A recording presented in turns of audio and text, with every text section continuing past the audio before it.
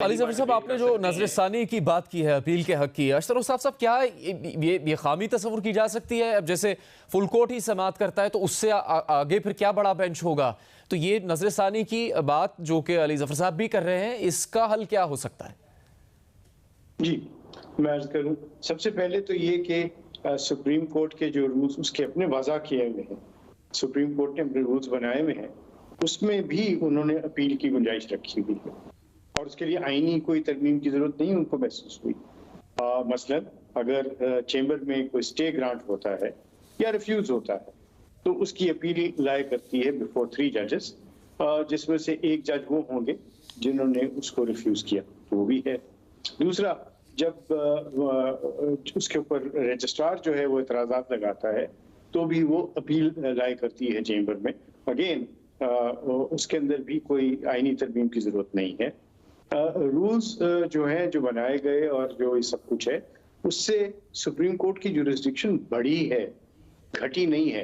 हाँ, ये ज़रूर है कि चीफ जस्टिस की जो पावर्स एक जुडिशल वर्डिक्ट के ज़रिए ये कह दिया गया था कि वो मुतलकल अनान हैं, वो जो मर्जी चाहें वो करें, वो केस चाहे तो ना लगाएं, चाहे तो वो उसको इल्तवा में रख दें, चाहे वो किसी के सुपुर्द कर दें या उसको सर्द खाने में डाल दें।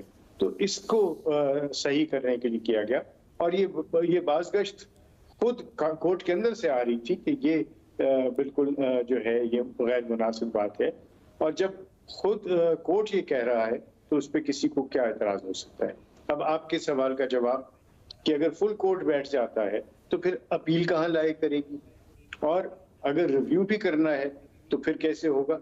इसीलिए तो ये कानून बनाया जा रहा है, इसीलिए तो ये कानून बनाया गया और इसीलिए ज़रूरत है कि इन सब बातों का जवाब दिया जा सके। मेरे पास इसका जवाब ये है कि इसके अंदर आप जब ये तय कर देंगे कि एक पर्टिकुलर नौइयत के केसेस जो हैं वो 3 जज सुनेंगे या 4 जज सुनेंगे और उसके खिलाफ अगर अपील होगी तो वो लार्जर बेंच, यानी अगर 3 ने फैसला किया है तो 4 वो जज जो उससे मुंसलिक नहीं थे, उस केस में नहीं थे, वो बैठ के उसके खिलाफ अपील सुन सकेंगे। लेकिन ये वहां होगा जहां 184(3) की बात है, यानी डायरेक्ट पिटीशंस की बात है। इसी तरह सो मोटो किसका हक है लेने का, मैं तो समझता हूँ कि 184(3) में सो मोटो नहीं है, बट अगर आपने इन्वायरमेंट इशू के ऊपर, माइनॉरिटीज के इशू के ऊपर कोई ऐसे मामला आ गए हैं जो अर्जेंट नेचर के हैं और वो हाई कोर्ट जो है वो और वो सारी कौम को या अवाम को उससे इफेक्ट हो रहा है, वहां पे और बात है। लेकिन पिटीशंस के जरिए और ये सारी चीजें, खासतौर पे पॉलिटिकल मामला।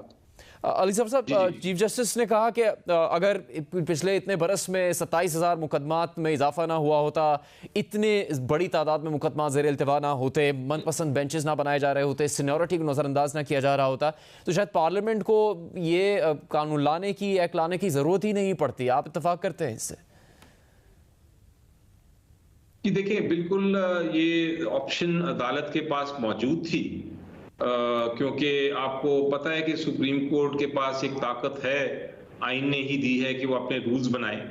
और मेरा ख्याल है 1980 में सारे जज साहिबान जो उस वक्त के थे वो बैठे थे और उन्होंने रूल्स बनाए थे, लेकिन उसके अंदर अपील की कोई प्रोविजन नहीं दी थी। और उससे आज पॉइंट आउट किया चीफ जस्टिस साहब ने कि बहुत सारी गलतियां हुई अदालत में, अदालत से जो फैसले किए आर्टिकल 184(3) के तहत, और अगर अपील की ताकत होती तो शायद वो गलतियां उस वक्त ही दुरुस्त हो जाती। तो ये चूंकि इतने सालों से जब का सुप्रीम कोर्ट को ये रूल मेकिंग पावर मिली है, सुप्रीम कोर्ट ने अपील की ताकत नहीं दी, तो ये भी एक कमेंट आया था कि पार्लियामेंट को फिर स्टेप इन करना पड़ा और पार्लियामेंट ने इस वजह से ये एक इख्तियार दे दिया। तो ये बात बिल्कुल दुरुस्त है कि जिस तरह मैंने पहले कहा कि अपील की ताकत होनी चाहिए थी, लेकिन सुप्रीम कोर्ट ने रूल्स के तहत नहीं दी।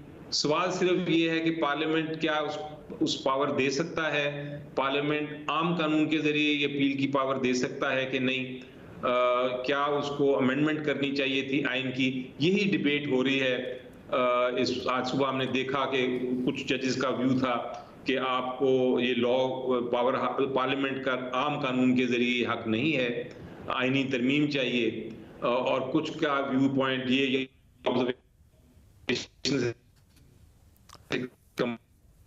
बैरिस्टर अली जफर, आपका बहुत शुक्रिया। अशतर और साहब अली साहब, बहुत शुक्रिया।